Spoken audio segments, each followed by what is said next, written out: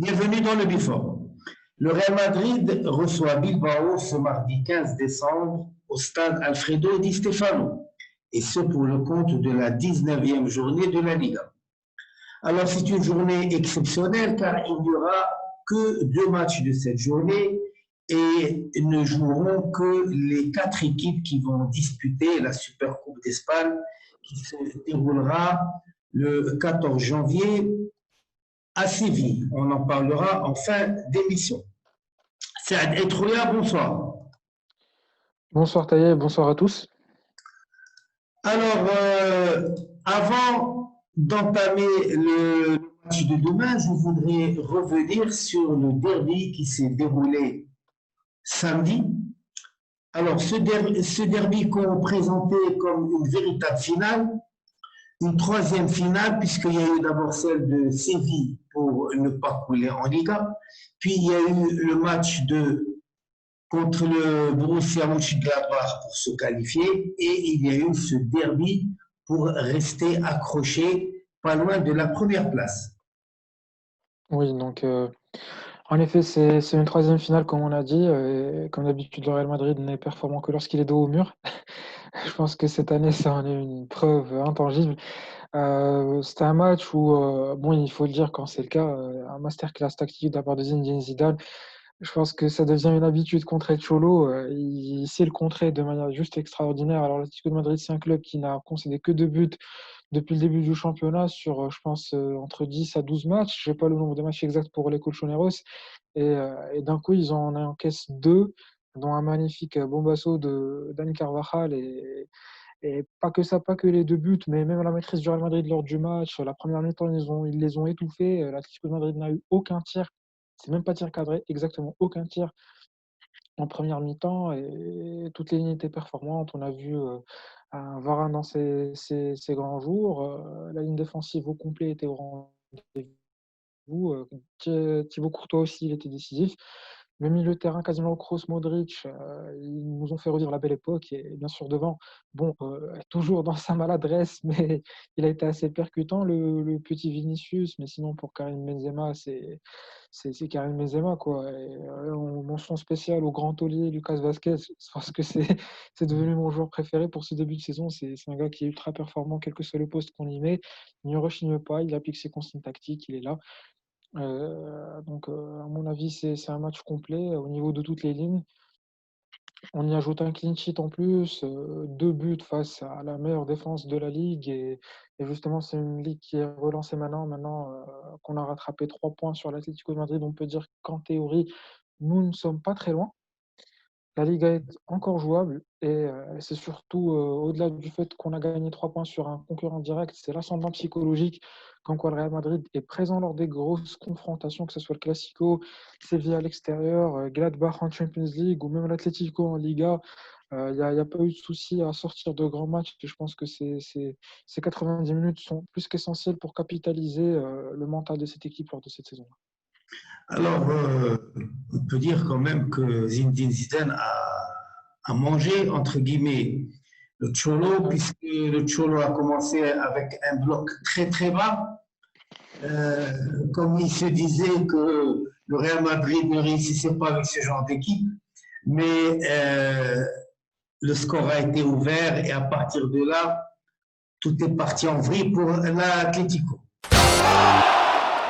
On va entamer le match de demain contre l'Athletic Bilbao. C'est jamais une équipe simple à jouer, bien qu'elle soit quand même moins forte qu'il y a quelques années.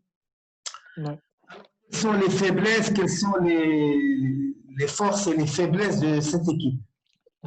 Donc c'est une équipe qui est ultra compétente, on va dire, au niveau du milieu de terrain. Ils ont Nico Vicente, Unai Lopez.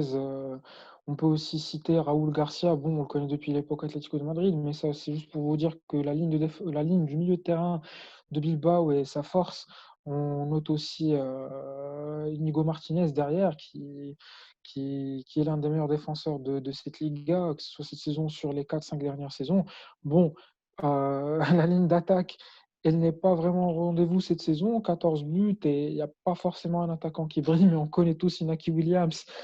Dès qu'il s'agit du Real Madrid, ça devient Lionel Messi avec Cristiano Ronaldo.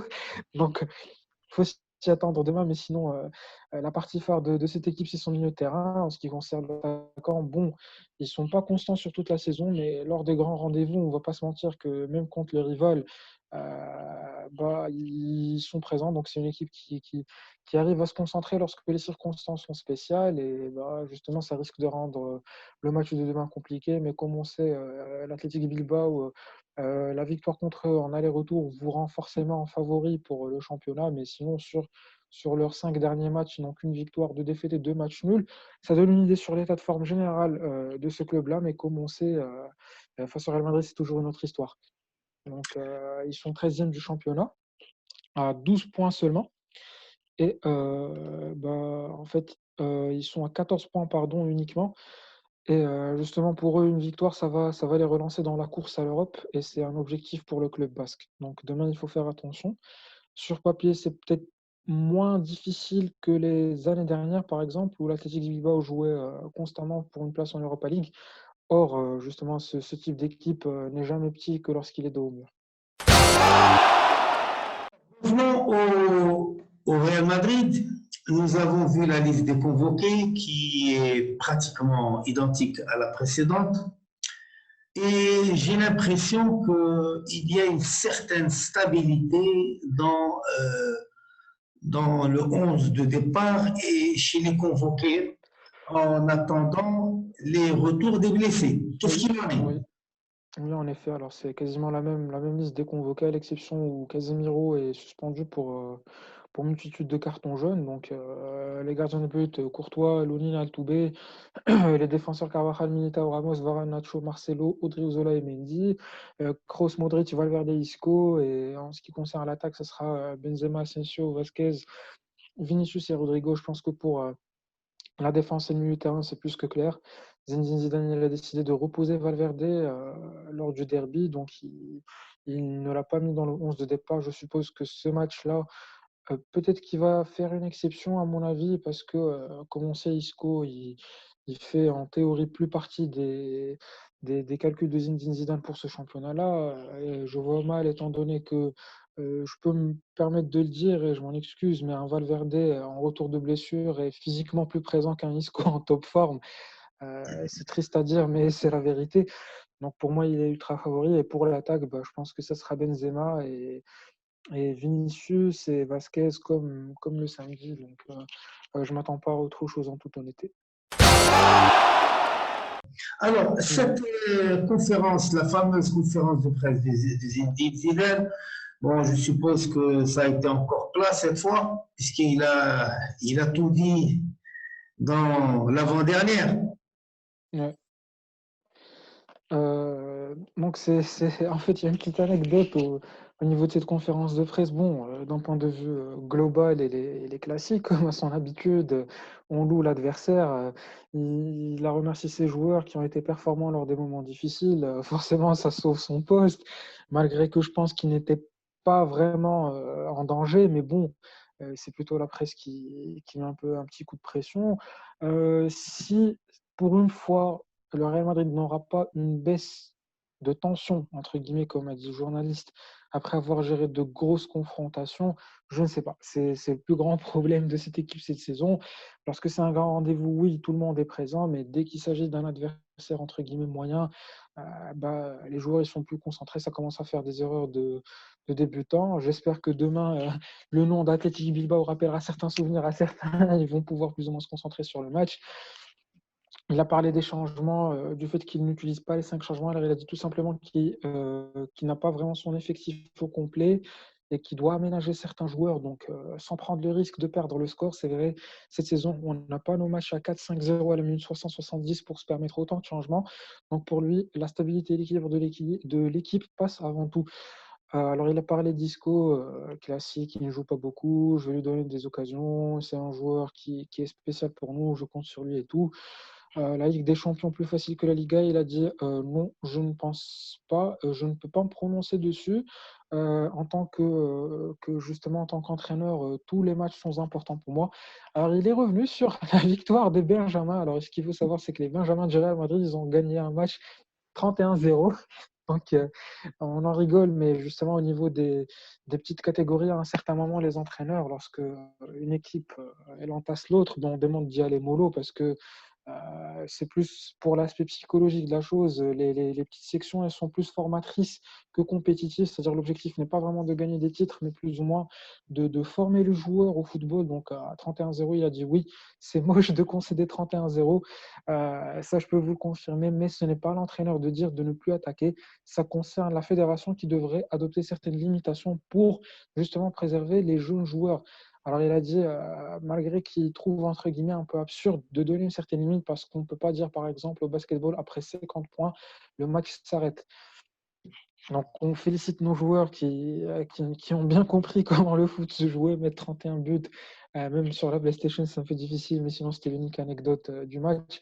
Et un petit point, c'est le dernier point, Zidane, alors il est revenu dessus, et à titre personnel aussi, je tiens à rendre hommage à Gérard Houllier, qui est une Oui. figure du football des années 2000, début années 2000, le triple avec Liverpool. Bon, on a de mauvais souvenirs avec l'Olympique Lyonnais, mais n'en déplaise à certains, c'était une grande équipe à l'époque 2005-2008. C'est un grand homme du football français, et comme l'a fait Zidane, j'envoie à mon tour mes sincères condoléances à toute sa famille et ses amis. Et aujourd'hui, le football mondial, il est en deuil parce qu'on a perdu un très grand homme. Alors, juste une petite précision pour les jeunes qui ont joué le 31-0. Alors, c'est 31-0 sur 40 minutes. Ouais. C'est-à-dire que c'était vraiment très, très concentré. Alors, C'est un but par attaque, en fait. je voudrais revenir sur le retour de Carvajal.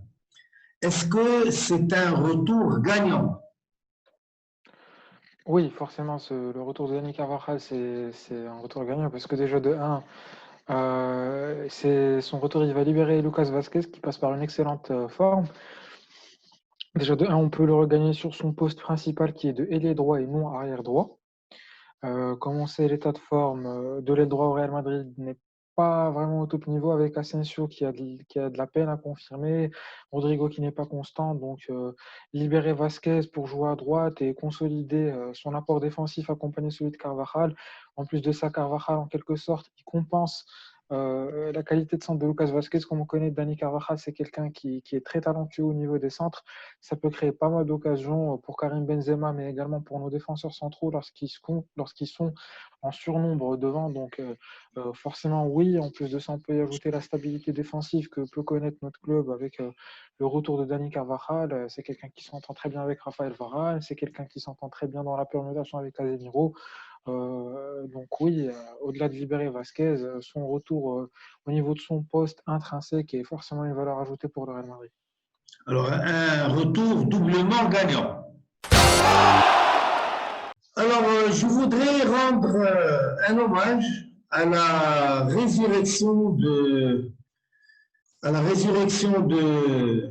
Mozart, de Modric, qui redevient Mozart, ce monsieur qui est juste derrière moi. Les prestations qu'il a faites ces derniers matchs, et à 35 ans, c'est tout juste quelque chose d'énorme. Et il confirme, malgré les envieux, il confirme que son ballon d'or n'était pas du tout volé. Donc oui, alors que certains ils évoluent aux États-Unis, d'autres ils sont en train de manger des falafels à Lorient. Donc Luka Modric, quant à lui, il est en train de confirmer un état de forme juste incroyable, que ce soit au niveau physique ou footballistique. Euh, je pense que même ceux qui critiquent son ballon d'or, comme quand il a été volé, ils sont conscients et au fond d'eux, ils sont contents parce que la victoire de Modric au ballon d'or, c'est une victoire pour le football romantique parce que c'est un joueur qui apporte tellement à cette équipe et tellement au football. C'est juste un plaisir de le voir jouer, que vous soyez madridista ou pas. Donc, forcément, voir ce joueur à 35 ans à ce niveau-là, c'est une preuve que lorsqu'on peut, on veut. et que c'est pas toujours lorsqu'on est une machine comme Cristiano Ronaldo par exemple qu'on peut rester performant à un âge avancé. Aujourd'hui, on a deux tollés de ce calibre-là, que ce soit Luka Modric à 30 ans, à 35 ans, pardon, qui a un niveau extraordinaire, et ça va de soi pour le capitaine Sergio Ramos aussi. Donc voilà deux grands footballeurs qui sont en train de prouver que l'âge n'est qu'un chiffre finalement. Et je pense qu'avec son style, ça sera tout simplement un pur régal de profiter de ces dernières années avec le Real Madrid. Donc j'espère qu'il va prolonger. Je pense que tu vas nous parler de ça tout de suite et que je pourrais profiter de ce génie-là. Et j'insiste sur ce mot.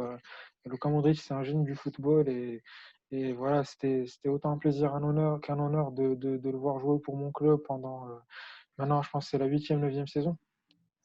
Alors, et surtout qu'il a pu hisser son pays, la Croatie, en finale de Coupe du Monde, ce qui n'est pas une mince affaire, et surtout que la Croatie n'a qu'une vingtaine d'années d'âge, et que ce n'est pas une équipe qu'on dit mondialiste. Couronné. Alors, en ce qui concerne, As a parlé de la reconduction, de la prolongation de son contrat, que ça serait dans les règles du Real Madrid, c'est-à-dire chaque par année, et que ce Ouais. serait en fonction de sa forme physique, ce qui est quand même assez logique.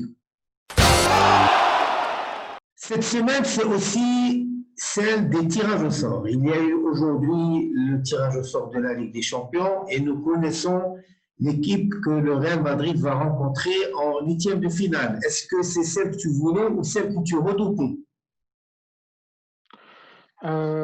Si c'est l'équipe que je voulais, non. En toute honnêteté, non. Mais si c'est une équipe que je redoutais, franchement, sur tout le lot, je redoutais Atlanta et Leipzig également. Donc, pour moi, ce sont deux clubs qu'on pouvait éviter. Et pour moi, l'Atlanta, ce qui fait peur avec l'Atlanta, c'est que c'est une équipe qui a un jeu ouvert, dans le sens où c'est une équipe qui ne va pas jouer un bloc bas comme on a galéré contre les équipes à bloc bas cette saison, mais c'est une équipe qui peut faire mal, qui va sûrement marquer. Là, je suis sûr qu'ils vont marquer, que ce soit sur le match aller ou le match retour. Donc voilà, le challenge sera de marquer plus que l'Atlanta ou essayer de s'en sortir. C'est une équipe qui n'a rien à perdre, donc qui va jouer sans pression, comme on sait sur papier, dès que tu joues le Real Madrid, alors ce n'est plus une catastrophe d'être éliminé, au contraire, c'est même inévitable en quelque sorte. Donc c'est une équipe qui n'a non seulement plus rien à perdre, mais c'est une équipe qui adopte un football offensif. Donc tous les ingrédients sont là pour que cette équipe fasse mal. Pour moi, j'ai plus peur des équipes qui jouent le football que les équipes qui sont recroquevillées, parce qu'une équipe recroquevillée, elle a très peu de chances de te faire mal. Par contre, tu as très peu de chances de marquer. Donc, un 1-0, par exemple, il peut faire l'affaire. Mais contre une équipe qui joue au foot, bah, 1-0, 2-0, même 3-0, tu n'es jamais à l'abri d'être repris au score. Donc, pour moi, oui, il y avait pire à voir, mais en même temps, c'est pas un tirage qui me rend serein, étant donné qu'on sait que nos joueurs ont d'énormes problèmes à se concentrer lorsque ce n'est pas un grand nom en face. Et, et avec tous mes respects à l'Atlanta, c'est pas un géant de l'Europe, c'est peut-être, je pense, c'est leur deuxième saison à l'Europe. La saison dernière, certes, Petit ils club. méritaient la qualification face au Paris Saint-Germain, mais justement, pour moi, c'est pas un tirage facile. Plus ça joue au foot et plus je suis preneur parce que si c'est sûr qu'ils vont marquer, ben c'est que nous aussi on est sûr de marquer. Il faudra marquer un but de plus qu'eux à chaque fois. Alors, le deuxième tirage au sort, c'est celui de la Super Coupe d'Espagne qui va se dérouler finalement en Espagne, à Séville, et elle aura lieu du 14 au 17 janvier 2021. C'est le tirage au sort des demi-finales et justement la 19e journée qui va se dérouler demain et mercredi, regroupe les 4 participants. Comme ça, quand il y aura la 19e journée, il n'y aura pas de match en retard. Alors, on connaît les équipes, bien sûr. Est-ce que c'est un titre qu'il faut absolument gagner ou pas? Si c'est un titre à absolument gagner, oui, pour le moral déjà. Et pour garantir au moins qu'on aura un titre sur la saison, parce que la Champions League, en toute honnêteté, sera difficile, malgré que l'impossible n'est pas dans le jargon du Real Madrid. Mais à un certain moment, il faut être pragmatique. Ça sera très très dur de l'avoir comme objectif. Pour la Liga, je pense, comme on a discuté au début du Before, la victoire contre l'Atlético, elle a bien relancé les choses. Mais certes, nous sommes toujours en retard mathématiquement parlant. La Copa del Rey, bon, on sait que elle a plus un problème avec Zidane qu'avec le Real Madrid, cette coupe. Donc, en toute honnêteté, je reste assez sceptique à son sujet. Donc, oui, la Super Coupe d'Espagne, nous sommes le tenant du titre et c'est une compétition où le tirage n'a pas de sens. Toutes les équipes sont à part égale parce que c'est très facile pour les entraîneurs de concentrer leurs équipes sur 3 jours. Comme tu m'as dit, ça se joue du 14 au 17. Donc, vous avez que 72 heures pour avoir un titre, quel que soit l'état de forme de tous les participants, les deux clubs basques ou le rival du Real Madrid, bah, ça sera pas une partie gagnée, quoi. Donc pour moi, oui, ça sera difficile. Les deux clubs basques qui n'ont pas encore joué la Copa auront entre guillemets une occasion d'avoir un titre. Bon, pour l'Athletic Bilbao, ils sont habitués à avoir la coupe de temps à autre, mais pour la Real Sociedad, c'est l'occasion de retoucher à une coupe et ça date. Donc pour moi, quel que soit le rival, ce sera difficile. Bilbao, c'est des habitués de la coupe. Le FC Barcelone, bon, on sait tous que ça reste le FC Barcelone tout de même, quel que soit l'état de l'équipe. Et pour voilà, la Real Sociedad, c'est l'occasion de gagner un titre et je pense qu'ils vont se donner au maximum pour l'avoir. Il faut la gagner, cette coupe, ne serait-ce que pour le moral et ne serait-ce que pour bien entamer l'année 2021. Alors, petite précision, les 4 équipes qui vont jouer la Super Coupe d'Espagne vont atterrir directement en huitième de finale dans la Copa, dans la prochaine Copa. Ouais. Votre before est maintenant terminé. Nous espérons vous retrouver dans le prochain. Et en attendant, à la Madrid et nada más. À la Madrid.